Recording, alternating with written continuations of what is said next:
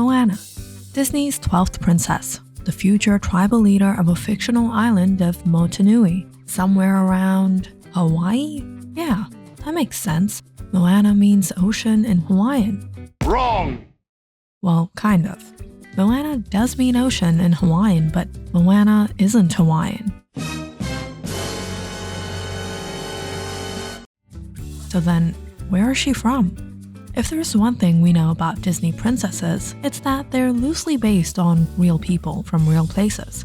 Pocahontas, Mulan, and almost every girl thinks she's Cinderella in her mind, but let's skip that one. Point is, many of the stories were inspired by an actual historical event, and Moana is also based on a true story. But to unravel her truth, we'll have to do a little analysis of her story. I mean, Disney's version of her story. The plot centers around Moana, daughter of the tribe's chief. In the direct bloodline of a mythical seafarer, she takes on a quest to find a legendary island with the help of weakened but still semi-god Maui. Along the voyage, they battled the treacherous ocean and all which it hides, all the while learning what the power love between friends can accomplish. Sums up the synopsis. Official descriptions insist that real mythology, somewhat of an oxymoron, is integrated in the story. We also know that a pig named Pua is her pet, and that a rooster is part of the party. Hey! This is library! Both animals were brought with them to the Pacific Islands by the first Polynesians. Thus, we see that Disney tries to stay accurate with archaeological evidences. It's a good thing because the story is set 2,000 years ago. In the universe of the movie, human colonization of the Pacific Islands started 3,000 years ago, or a millennia before Moana's birth. It stopped for an unknown reason, and Moana takes to the sea in an attempt to solve this mystery and finds her ancestors' quest. Now let's break down the origins of Moana. Her full name, Moana Waialaiki, I hope I'm pronouncing that right, has a Hawaiian ring to it, because of the W, uncommon in the rest of Polynesia. In Hawaii, it would mean Water King with an unnecessary K. Hawaiian spelling error. And first clue that she officially comes from the South Pacific. Hawaii is in the Northern Hemisphere. So what gives? Will the Disney team just treat Polynesian islands and legends like pretexts and don't give a damn about accuracy? Probably, but not necessarily. Indeed, the W exists in another Polynesian language, Maori from New Zealand.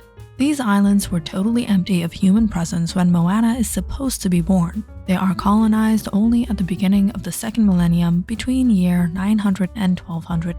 But before we call on Disney for another act of inconsiderate patching up of a whole mythology, let's dig a little deeper. Indeed, the W did exist widely in Polynesian communities 2,000 years ago. The Proto-Polynesian language, recreated by historical linguists, did use the sound. Wombo. It got lost later, replaced by a simple V in all the Polynesian triangle except for two of its tips. So it all works out in the end. Moana is not from Hawaii, and neither is she from New Zealand. She has to come from Tonga or Samoa, the two first archipelagos where the Polynesian people were born. They were the only Polynesian islands with a population at the time. The movie reveals that Moana's people have ceased voyaging long ago, imposing a taboo on venturing beyond the island's reef. When Moana suggests fishing beyond this boundary, her father reacts with anger, reflecting a historical phenomenon known as the Long Pause in Polynesian history. A millennia ago, Western Polynesia was colonized by seafarers using Stone Age technology, settling islands such as Fiji, Samoa, and Tonga. However, it took another 2,000 years before they reached Central and Eastern Polynesia, settling there only 500 to 1,500 years ago. The reasons for this pause in exploration remain unclear, with scholars proposing various theories, from Ziguerera fish poisoning to favorable wind patterns during El Niño. Disney creatively explores this historical enigma in Moana's story, where generations have avoided the seas due to perceived dangers. Moana's journey to master navigation serves as a pivotal aspect of her character development, paying tribute to the cultural importance of traditional Polynesian wayfinding, which is still upheld in places like Taumako. Polynesian navigation relied on ancient instruments predating those of European explorers, alongside celestial and environmental cues passed down through oral tradition. This precise science, along with the art of constructing outrigger canoes, was safeguarded as guild secrets. And this is where Maui comes in. While Moana is a fictional character inspired by Polynesian culture, Maui has been a fixture in Polynesian folklore for centuries. According to legend, Maui performed numerous benevolent deeds for the Polynesian people, including creating islands, sharing the gift of fire, and extending daylight by capturing the sun. In Disney's rendition, Maui, the Polynesian demigod, becomes Moana's guide in wayfinding. Through his animated tattoos and the catchy tune, Maui recounts his legendary exploits. Disney amalgamates various aspects of Polynesian culture to craft Maui's character, drawing from tales across the Pacific Islands. Creative liberties such as portraying Maui as an orphan add depth and empathy to his portrayal in Moana. In traditional Maori tales, much like in Disney's depiction, Maui derives his powers from an enchanted fishhook, using it to raise the Pacific Islands. However, Disney's portrayal of Maui initially sparked controversy, with criticism focusing on his perceived obesity, which some felt reinforced negative stereotypes in Polynesian men.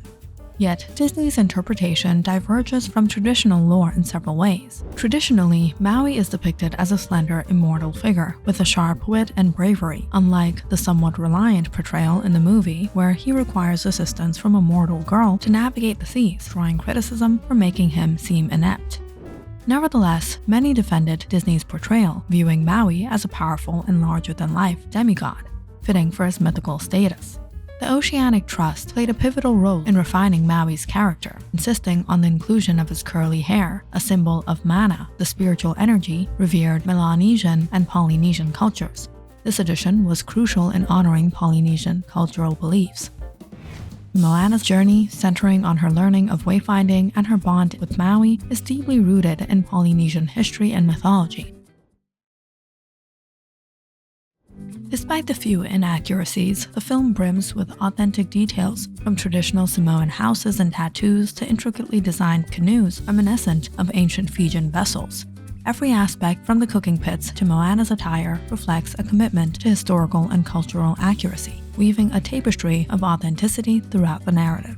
So I guess Disney passes on this one. Let's see what they have waiting for us in Moana 2. What do you think? Comment down in the section below and don't forget to like and subscribe.